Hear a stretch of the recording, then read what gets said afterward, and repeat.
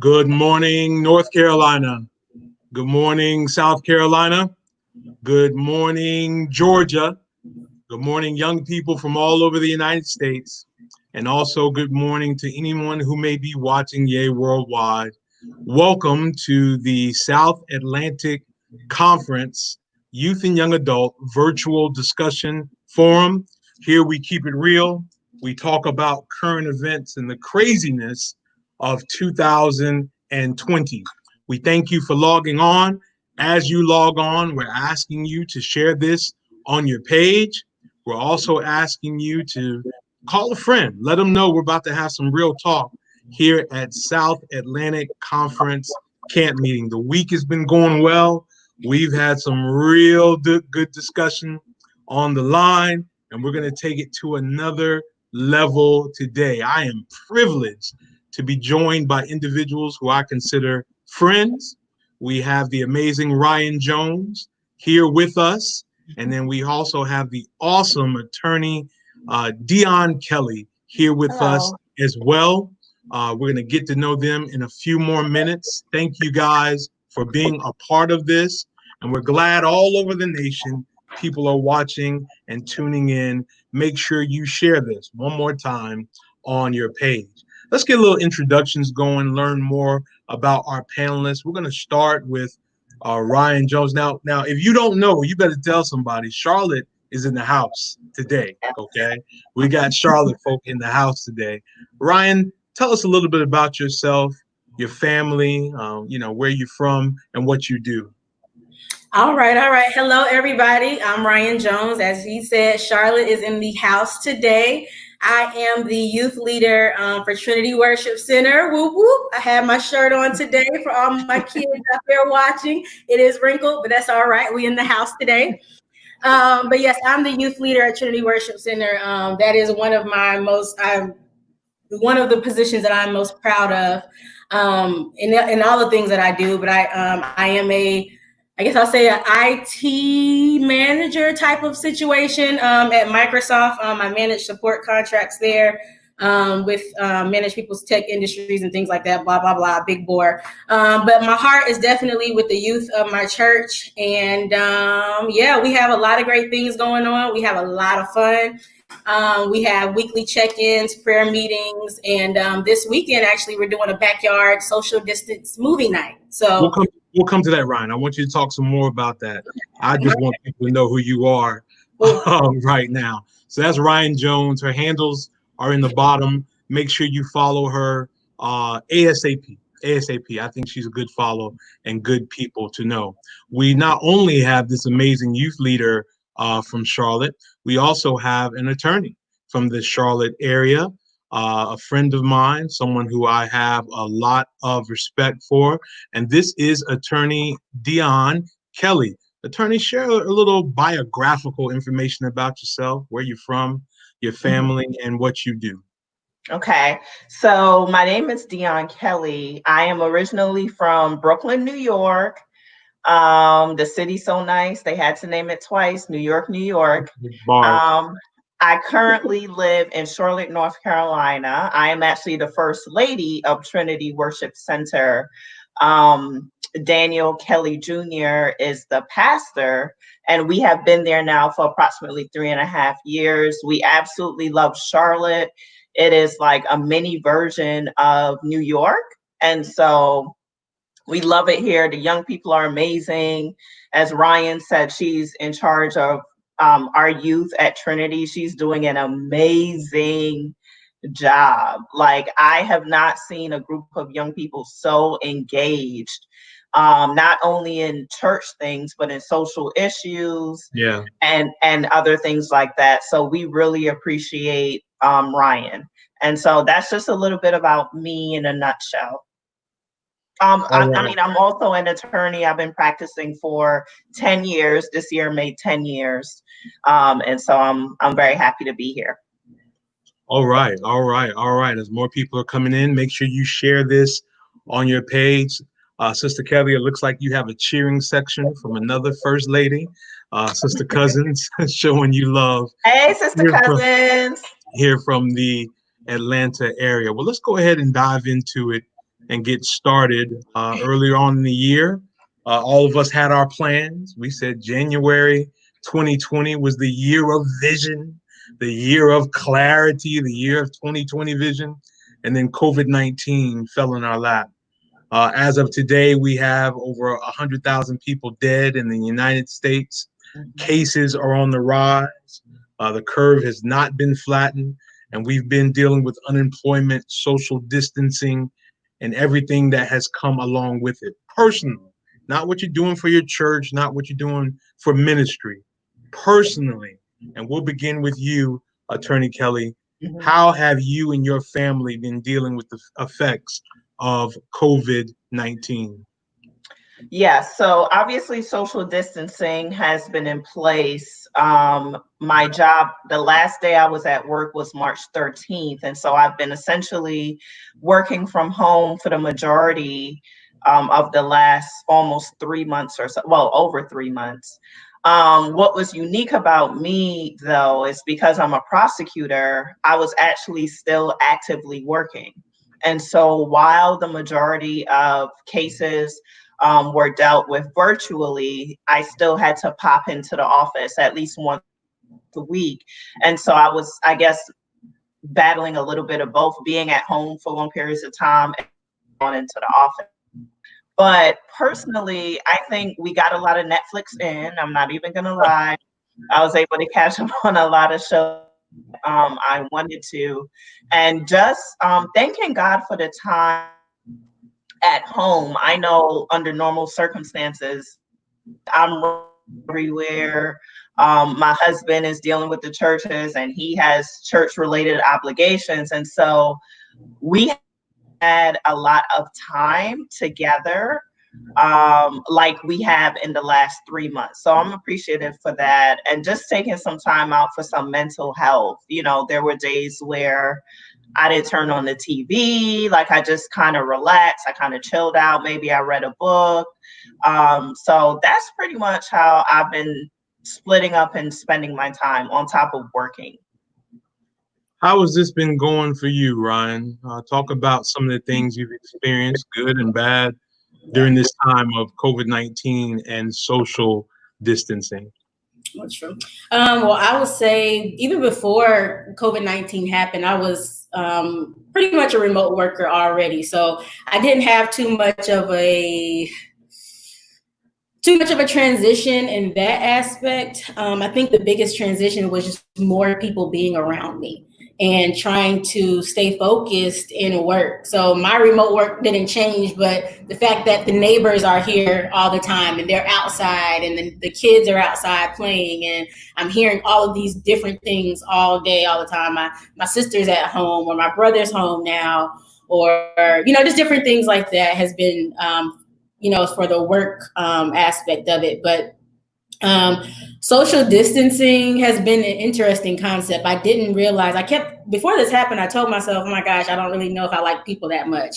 But of course, with this happening, I've missed so much, just interaction with my kids, interaction with church, interaction with people at work who I thought was annoying, and I'm like, man, I missed that person, or things like that. So those have been the biggest things. I feel like, as far as trying to adjust, if you guys saw the handle Sweet Potato Jones down there, that is my family's catering business.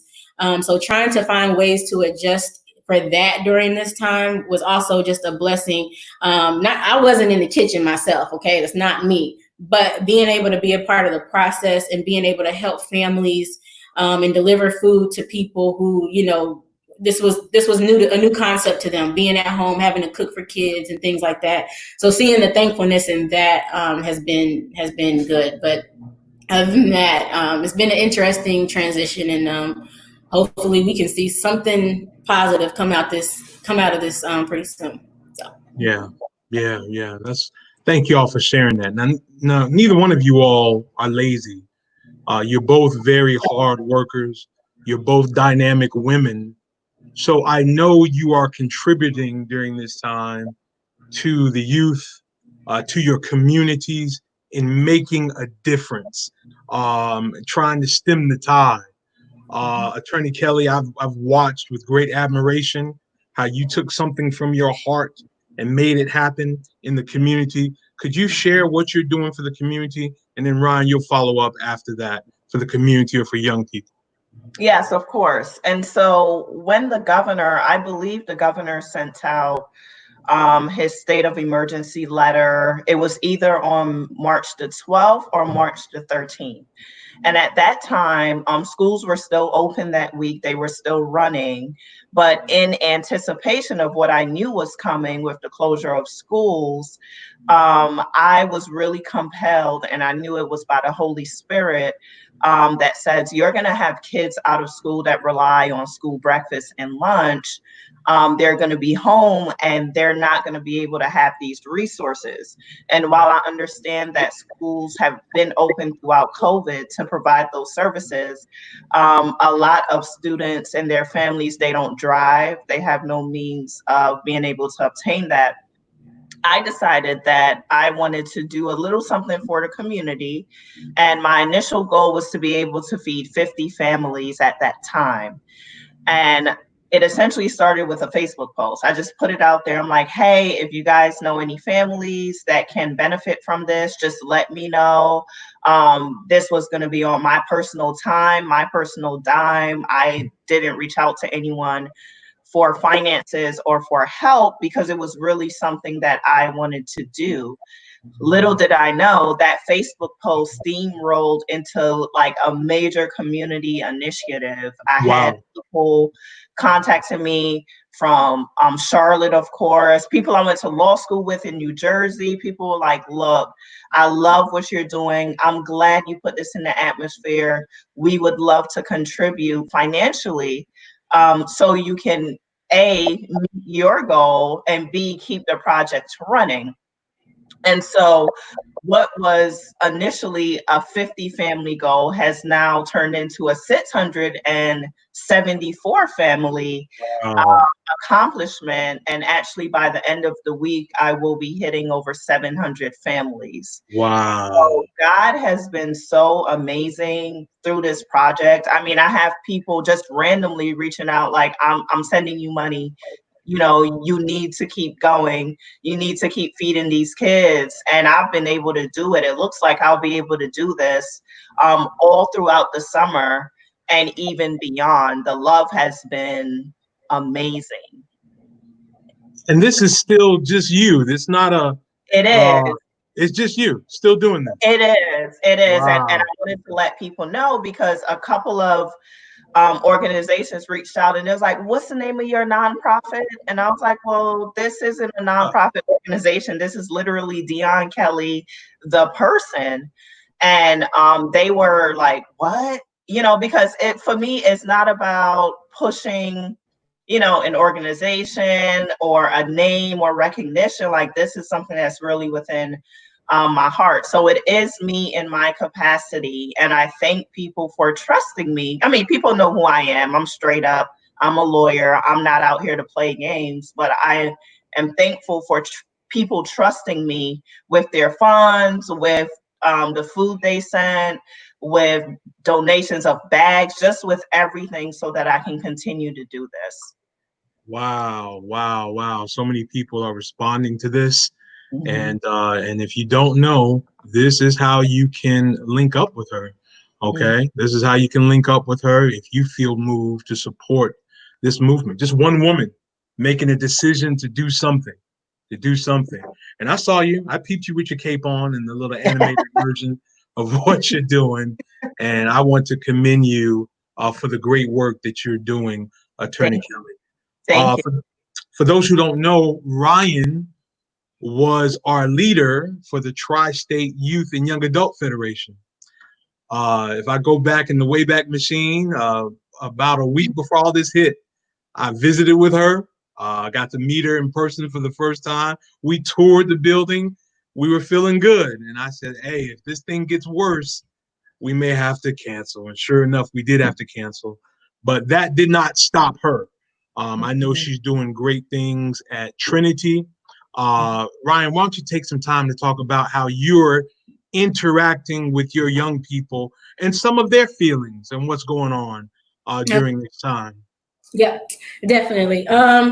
Yes. So yeah, Federation, that was my baby at the beginning of this year. That was my baby. I was so disappointed in that, but we'll have another chance for sure. But as far as the young people, as soon as we kind of, got placed on lockdown, my first thought was, okay, what do we do? How do we change? We had just kind of, my team and I, we had just kind of recommitted to the model that we wanted to put in place for our kids for the year and how we actually wanted to execute. We said, these are the dates we're going to, we're going to plan to meet. We're going to do this. We're going to have a social event on this date. But all of that kind of went out the window. And so all we did was say, hey, let's just have a 30-minute check-in every week. Let's not make it formal. Let's call it prayer meeting, but we'll just be there. It'll just be a time just for us, just to kind of share our feelings. And so what, of course, started off more as a situation where, we were just trying to talk about, how are you feeling about lockdown? How you feel about not being in school?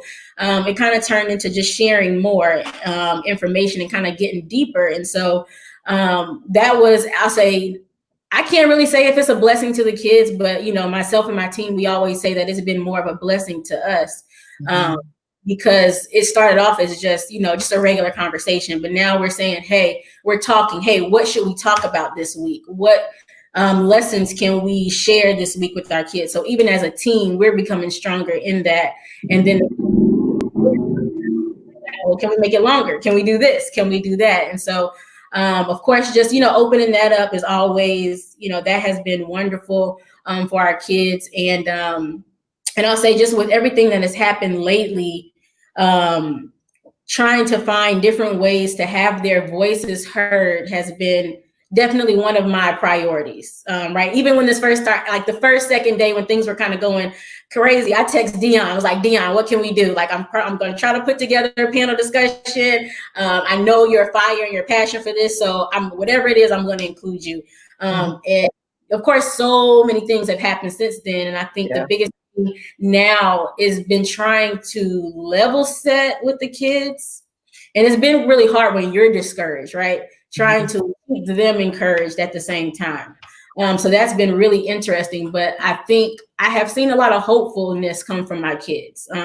Just from one of my kids stepping up and giving a poem one day when we had our big drum battle. He wrote a poem about being Black. He spoke about that. When the killings, the week after the George Floyd killing, instead of having two separate prayer meetings, we joined in the adult prayer meeting and the youth prayer meeting. And what that allowed was we allowed the youth to speak, and then we allowed for we called it our seasoned adults, right? We allowed them to give the feedback, and encouragement there, because I'm just the person to facilitate. I tell my kids that all the time. I may not have the answers, but I can help you get there. So having the senior citizens on there to help bridge those gaps, to help say, hey, I grew up during this time, and it's crazy that this isn't new. So the kids, they're kind of shocked, right? They're like, wow, why is this happening? And then you have the adults saying, baby, I've lived with this all my life. And I think it's even more assuring for myself as well, because even though I've experienced things, of course, I'm not, I don't know, and I haven't seen things half as much as our sister Stocktons and things like that in our churches. But even from that, being able to have our senior, I would say our one of our pillar seniors in our church wrote, a letter to our youth, and just words of encouragement, and shared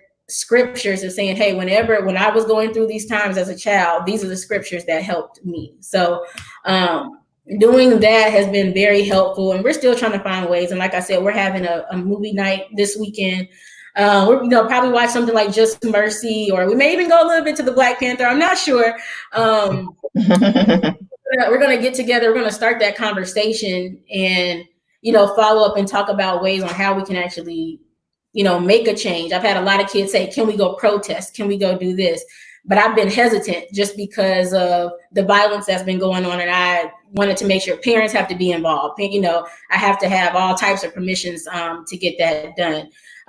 But just looking forward, community wise, I have a group of young people that we're working to put together a kind of a block party celebration of us for our community. And we're figuring out one way that we can everybody's trying to figure out what way can I help right now, right?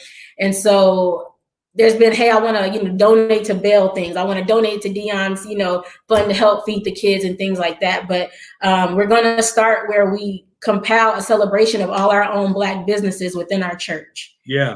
And figure out how we're going to highlight them and basically put together a ministry that truly just supports us. So we're working on that, and I'm so excited to see what that will come to be and look like. So that's what's coming for us from a youth standpoint. Yeah. Charlotte is blessed to have both of you. You're really making a difference. You're really inspiring people. Don't let the devil discourage you. Okay. Don't get weary in doing well. Keep up the good work. Let's talk about some current events right now. The president of the United States at an irresponsible rally in Oklahoma said that he's directing his team to slow down testing. Not long before that, in a press conference, he said that they should look into putting disinfectants in the bloodstream and having ultraviolet light somehow get into the body. Obviously, he's not taking this seriously, so much so that the European Union is making the decision to shut off American travel from America to Europe. There's also a political divide going on. There's a group of people that says we're not wearing masks, or that this is a hoax, or it's time to open everything up faster. Ladies, and I'll begin with you, Ryan. What is your take on this political divide taking place over something that's obviously killing hundreds of thousands of people? I'll say a lot of it is really shocking, right? Just shocking. Like, how could you, if I'm okay to use this word, but stupid, right? Just how does this not make sense? I'll say a guilty pleasure of mine has been watching the Karen's Gone Wild pages on Instagram. Karen. And it's hold on, Ryan. Hold on. Break down what for those of us who may not know. I know, but there may be somebody say, what is a Karen? Come on, keep it real. It's for our young people. All right, so a Karen or a Kevin is someone who is just causing issues, right? Just for no reason, harassing people for just living their regular life, right? You can't be out here saying that they don't belong or whatever the case may be. There may be a Karen because they don't want to wear a mask. Just going against any type of common sense that's out there, right? And so that's a good political definition. Yeah. I was going to say, that's a pretty good even keel, because I was going to go way the other way. I'm trying to be correct, right? I'm trying to be politically correct, but that's been my guilty pleasure. Last night, I said, guys, I have a problem. I can't, there's just a new one every day. And seeing those videos of, you want to hurt somebody, you want to assault workers in the store because you don't want to wear a mask.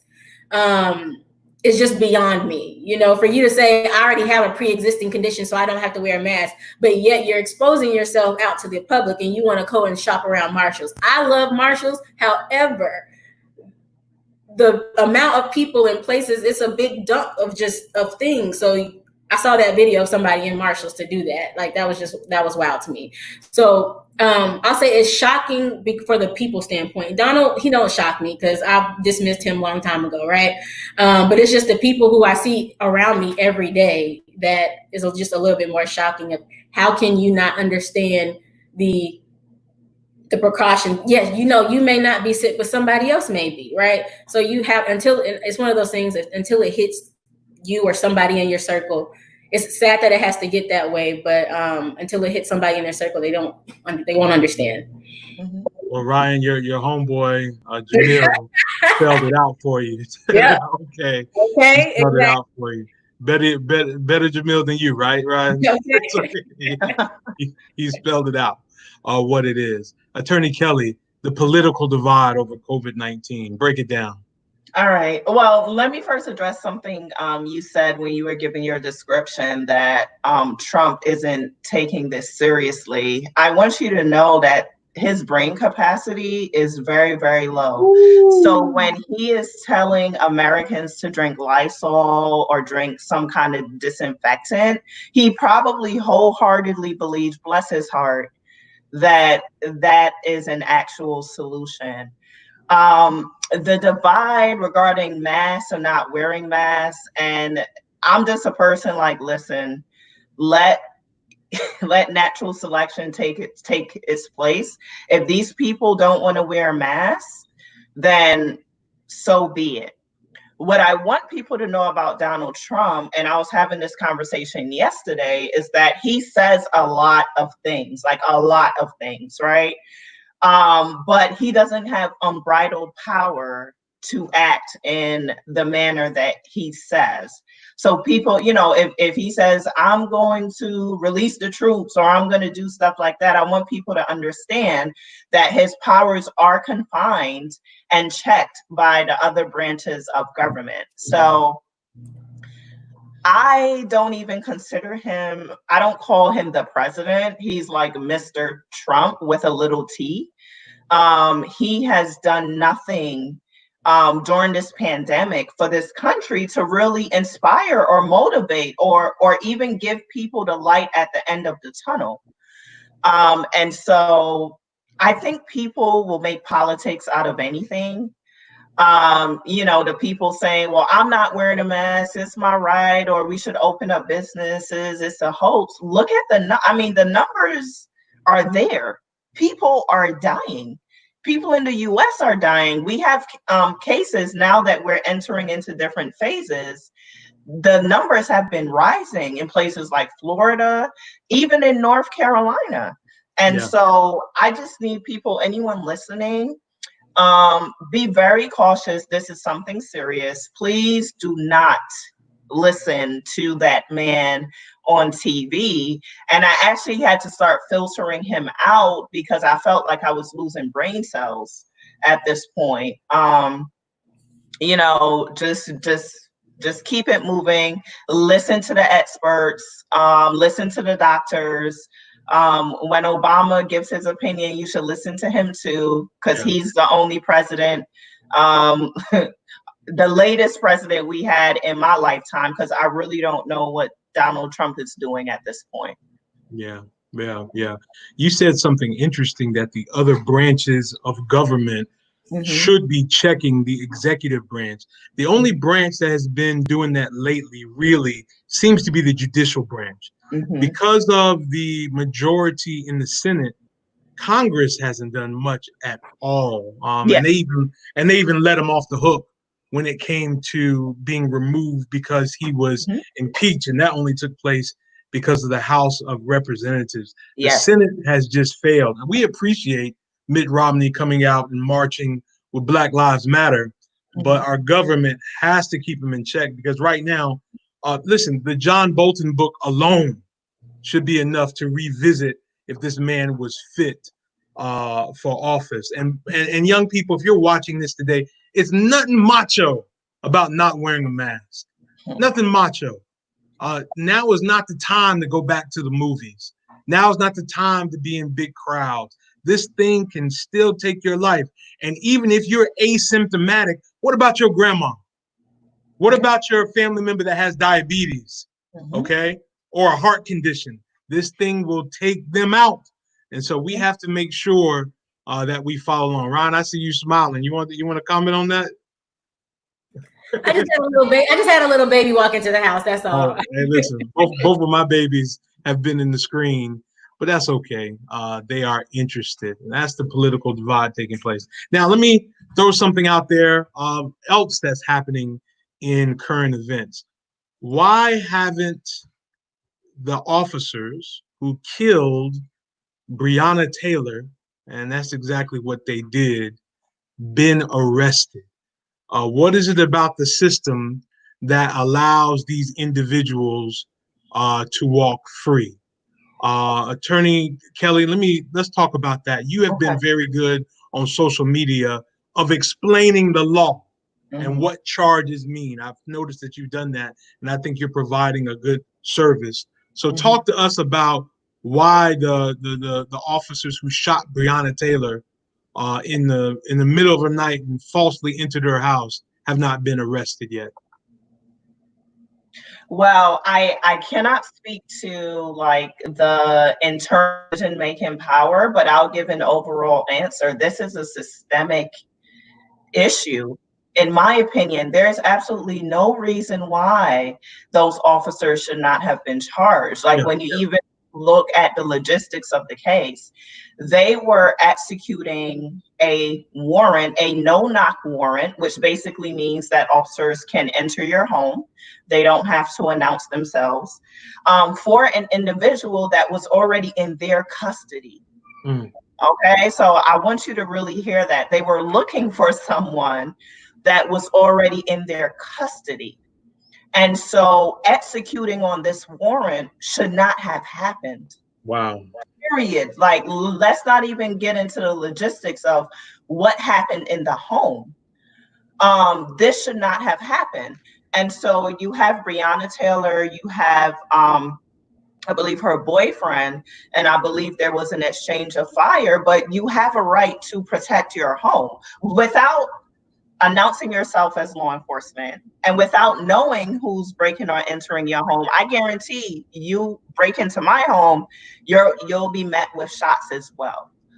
And so the circumstances to me, they are just so egregious. Mm. I don't even understand what the thought process is on a decision, not to file charges. I'm not sure if they're trying to investigate some more. I mean, I've been so angry with the lack of justice in that case that I had to like emotionally detach a little bit from it because I can't reconcile it within my mind. But it's just a systemic issue. When you're law enforcement, there's like these unspoken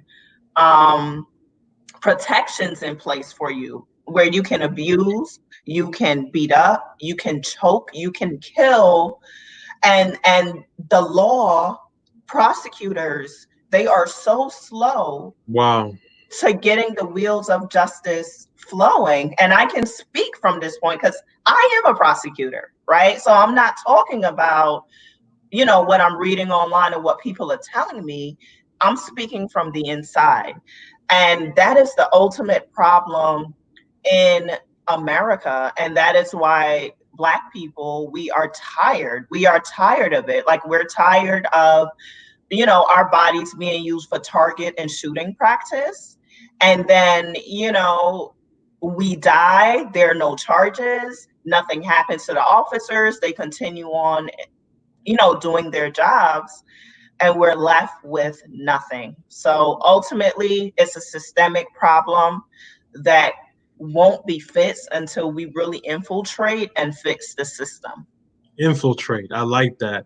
It's almost like there's this code or a secret society almost. Mm. Because if you look at it, these officers are doing this knowing they're being recorded now. Yes. In the middle of the day, knowing that. In Atlanta, something that has my blood boiling, officers are not showing up to work because we're telling them don't choke us out no more or don't kill us no more. Talking about their morale is low. Your morale is low because we're telling you don't kill us. No, there's something off. There's something off about that. Let me get your mindset on that, Ryan. Which part? All of it. All of it. Just keep it real. I'll say from a why haven't they been prosecuted standpoint, I don't know. I don't know. And I think you can just kind of hit a nail on the head. For myself, and in growing up and seeing these things happen more and more, social media coming, you're thinking, okay, well, finally, yes, now we have body cam, so now you have to believe us. Now we have all the proof in the world, but still no justice for anything. Mm-hmm. So again, it's for me. My feelings are still being in a discouraging way. Basically, we have all the proof. We have all the proof in the world to show you that you are in the wrong, but yet we still have to defend ourselves against that. And for some reason, I think it gets my blood boiling even more that I have to defend myself against white people who continue to go and still take up for the cops. Again, if right is right and wrong is wrong, then it shouldn't matter if you're a cop, black, white, yellow, brown, whatever, Crayola, whatever. Yeah. But the point is, we have to address what is wrong. And and I can't say what will happen. I can't say what will change. I can't say what will work, because we thought having proof would work. But yet again, why are we still sitting here 100 days after Breonna Taylor's killing and nothing has happened? Yeah.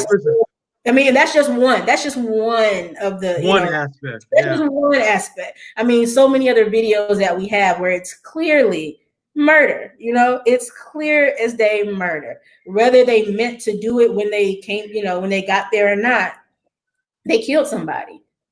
So what's the difference if somebody walks into my house? They would investigate me as well. If somebody did me wrong to walk in my house and I shot them, they would be investigating me as well. Yeah. I just wanted to, sorry, Pastor Washington, I just wanted to address one thing with law enforcement. There's even a divide in how law enforcement, a racial divide on how they're treated, because Absolutely. While people defend law enforcement, the same grace is not given for our Black officers, where you have instances where Black officers are harming individuals or shooting individuals. Oh, trust me, they are going before the complaint board immediately. If charges are coming, the charges come. So there's this huge disparity even within law enforcement that is so problematic and so ingrained in that system.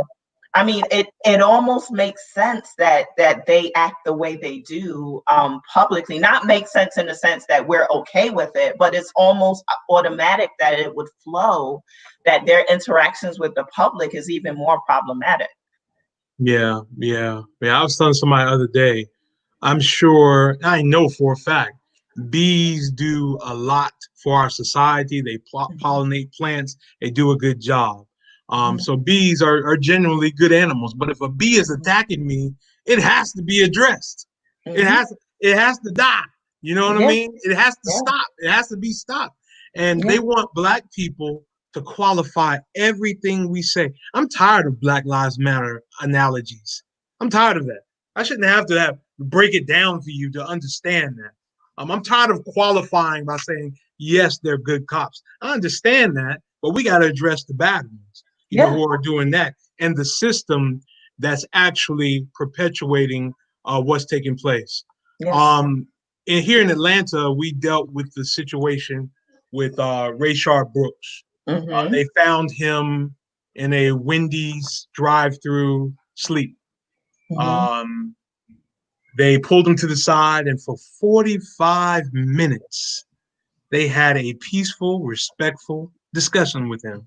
The most heartbreaking part of the tape is when he says, let me just walk to my sister's house. I just want to go see my family. This man was non-threatening. This man wasn't causing any trouble. And if we look at the law, and maybe Attorney Kelly can address this, it didn't look as if a crime had been committed, particularly being on private property. They tried to grab him without an announcement. He wore out both of the cops. I'm here to let you know, if he was trying to hurt the cops, he could have took their gun, because he dusted both of them and then began to run away. And he was shot in the back two times. Another heartbreaking scenario. I've been by the Wendy's. I've prayed with people who've been out there, been part of a peaceful protest in that area. Ryan, when you saw that happen, after George Floyd, after Ahmaud Arbery, what were your thoughts? Here we go again. Here we go. It was here we go again. And I think my biggest issue was I can't even at that point justify the cops, right? Because we've seen that. But my thought went to, what white person is going to justify this? That's where my mind went automatically. And it happened. And that's it, because it's like, okay, here we go again. You haven't learned your lesson, right? You still haven't learned your lesson. But here we go. what excuses are we going to find to where this was acceptable? Mm. And that's, where I went. And then I kind of, my brother actually, that Wendy's was right around the corner from where he stayed while he was down in Morehouse. So hearing the stories of his friends from being down there, just saying how things were crazy, and them seeing the rioting, them watching the Wendy's burn down and things like that, is just, things that are having an effect on these young men and women out here that we don't even realize. Right. To where my brother, hearing him on his conversation with his friends, just say, hey, no, we're not going outside today. I couldn't go to work today because of this. My family called me and said, hey, you better stay inside for until this blows over.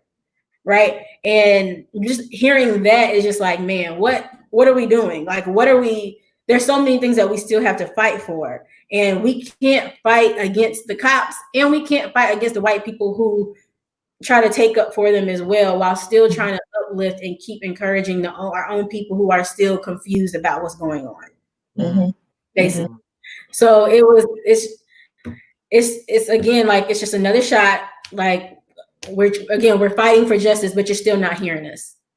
And Black people are the most resilient, kind, forgiving people. You could not pay me. You could not pay me. You could not pay me to be white. I'm sorry. I had to say, you could not pay me to want to be anything else. Doesn't matter what I've been through. It doesn't matter you couldn't pay me. We are the most lit people that have ever met. Like, I mean, we survived the Middle Passage. Think about that.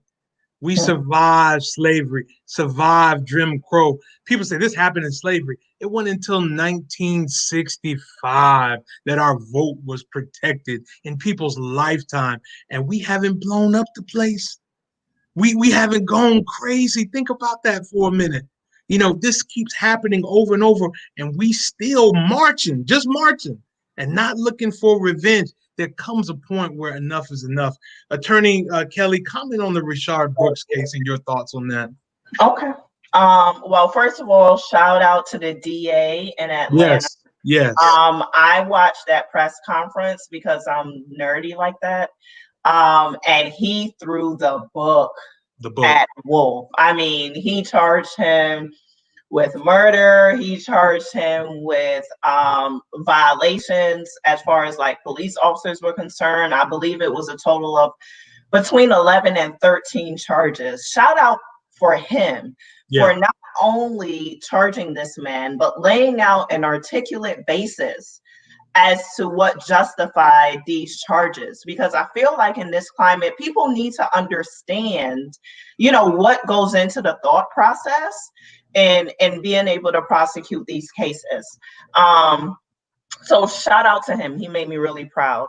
I will say I was so angry, and I've been going in and out of anger for the past couple of years, just dealing with these social issues. So when I saw that, I was offended. I was angry. I was hurt. Like, I had so many emotions because you look at that case, he was sleeping in his car. Allegedly, he may have been impaired. I know in North Carolina for DWI cases, there are like some field sobriety tests that has to be done. But before you can arrest, what's important for me is before you can arrest a defendant, you have to let him know that he is being charged and what he is being charged with. Like, that is essential, even in DWI investigations. And the officers did not do that. And so when they were putting their hands on him, I mean, wouldn't you run? I would run too. Like, I don't know what's going on. So there's that part of it where the officer didn't even say or didn't even comply with his duty to inform the defendant. Then he takes their taser, which is illegally, it is not considered a deadly weapon. Right. And so because a taser is not considered a deadly weapon, him running away or even facing the officers with the taser in his hand, you cannot apply and use deadly force in that situation. Rashard Brooks is not the first defendant that attempted to run from police officers. You are not legally allowed to use deadly force. More offensive than that, they shot him in his back. He's laying in the parking lot, and these officers are standing on him. I mean,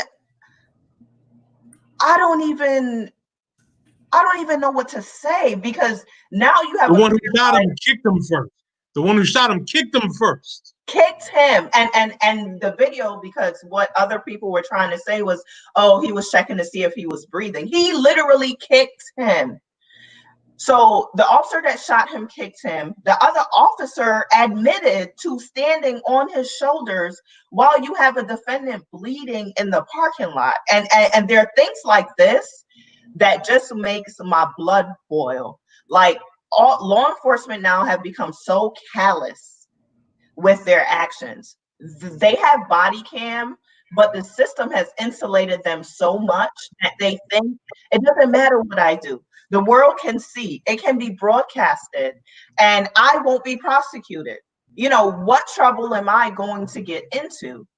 And that is where the outrage is for me. And I was literally sick to my stomach about this case, just watching the video, the aftermath. And I said to myself, Lord, let these officers be adequately charged. Now, charging is only the first step. I need people to understand that. That is the very first step in the process. This case, if it goes to trial, probably won't go for another 1.5 or 2 years. So there's a long process before we get there. But I was like, Lord, let us take this first step and let's deal with the logistics of the trial later on. But I was infuriated and disgusted. Can we say a word to the young people out there? And I've been stressing this every day. It's okay to be angry. I just, you don't have to bottle that up. This should bother you. Okay.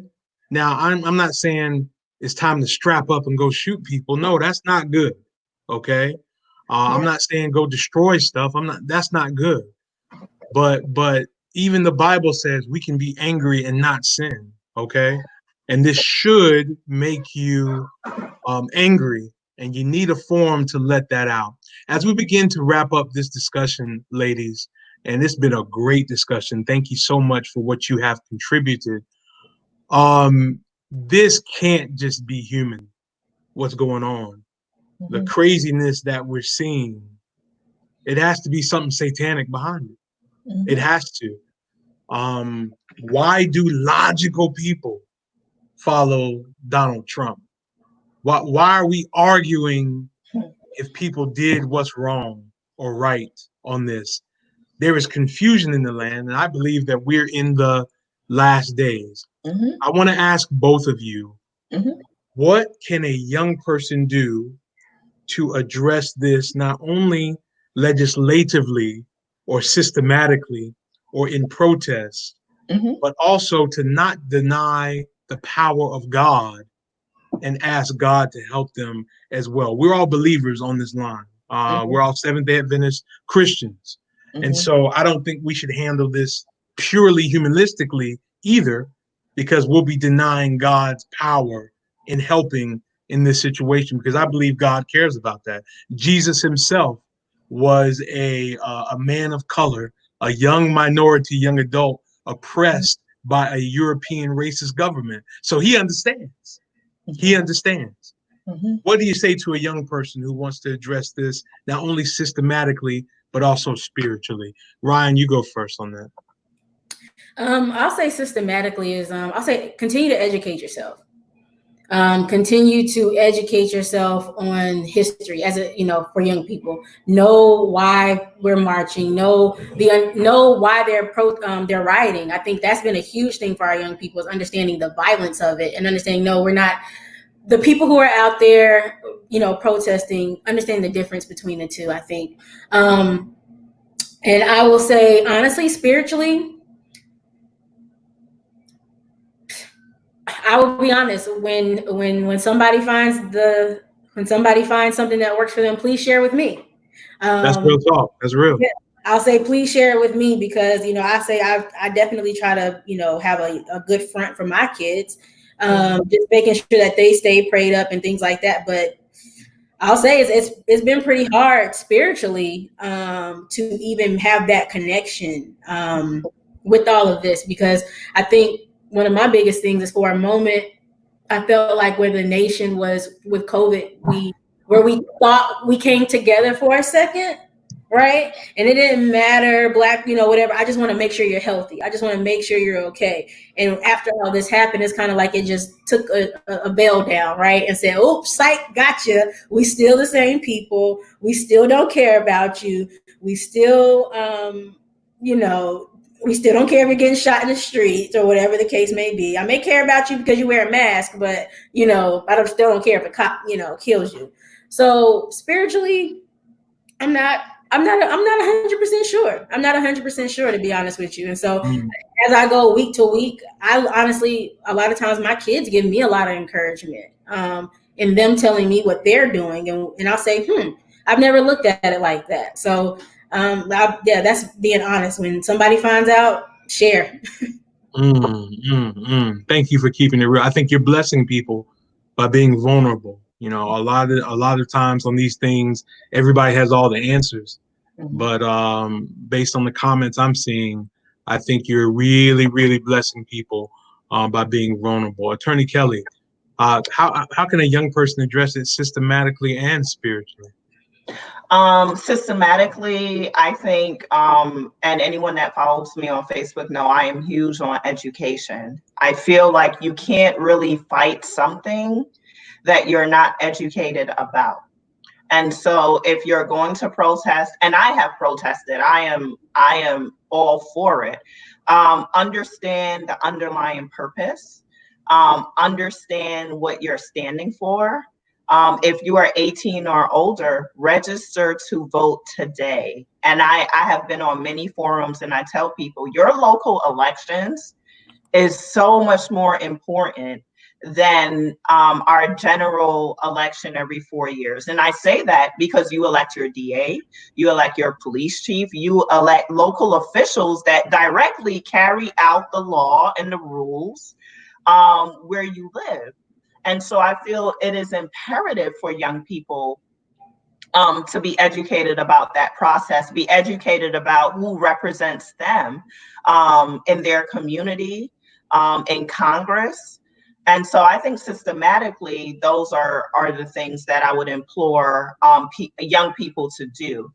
As far as spiritually, so when I analyze our current climate and what's going on, one thing about me, and I've been Christian and Adventist long enough to know that I don't look at these issues in a vacuum, right? Where it's just like, okay, this is what's happening in the world. Everything has a biblical application to it. And so when you think of, and I'm sure people are aware, there have been a lot of like noose lynchings lately. Well, at least a couple. I can't say a lot going on. And I'm like, when you look at Jesus, Jesus was the first Black man that was nailed to a tree. Okay, make no mistake about it. And so everything is in cycles. I'm like, this is consistent. When I think about protesting, right? Like, why do I want to protest? Go back to Exodus and look at the children of Israel. When God told Pharaoh to let my people go, initially God made the request and said, look, just let my people, let them go and worship me so I can lead them into the promised land. And when Pharaoh hardened his heart, what did God do? He protested. He sent plagues, he sent frogs, he sent locusts. I mean, God was like, okay, you're not going to listen to my smooth tones. So now my finger is going to make you suffer. And so I want young people to understand that what's happening now, this is all biblical. Like, this is what has happened in the Bible. And what encourages me throughout this is looking at the end. Even with the children of Israel, they ultimately were freed. They ultimately were able to get out of Egypt. And even though only a few of the original individuals made it to the promised land, they made it to the promised land. You know, when I read Revelation, I think of the end, right? And God said, before he comes a second time, Yes. things will get worse before they get better.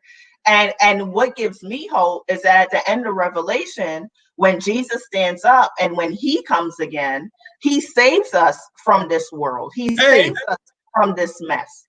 You understand? And so the Bible, young people, I would say, is not just words that you flip through. The Bible is literally a living, breathing document that is telling us that these things will happen. These things, they may get worse. They may never get better, but we have a hope that Jesus is coming again. He will put an end to this pain, this crying, to Black bodies in the street, to Black bodies from trees. You understand? And we will be able to commune with our Savior, who was the first Black man to hang from a tree. Wow. Wow. I think I should call you Bishop Kelly after that. That was a right now word. That was a right now word. And we cannot, Ryan, we can't lose context. Church is more than a social club or a place where we get dressed and go to and sing.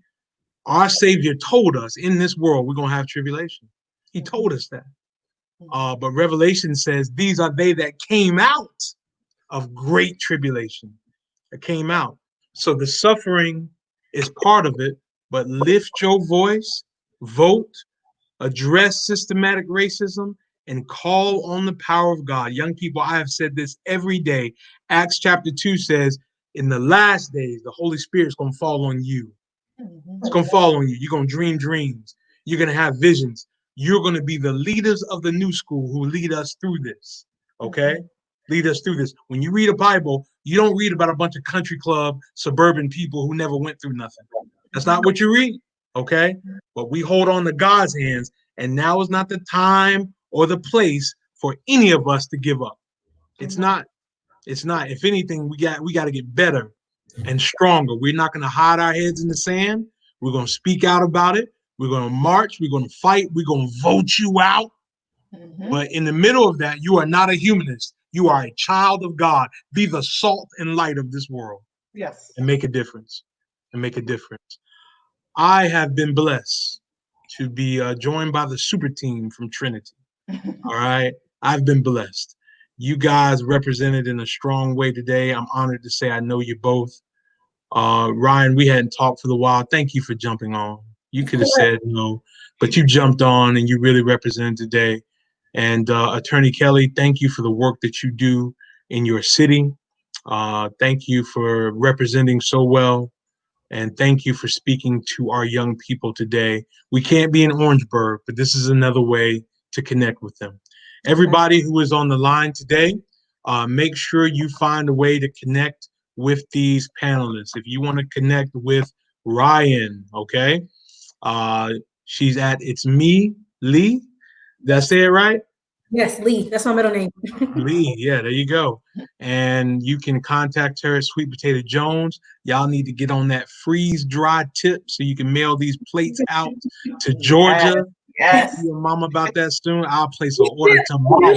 We do ship now. We ship. I want everything now. I don't want just the spaghetti. I want everything. Okay. And so you let me know and I'll place an order today. Okay? All right now. Sweet Potato Jones. If y'all want to know about some good food in the Charlotte area, make sure you look up Sweet Potato Jones and link up with Ryan.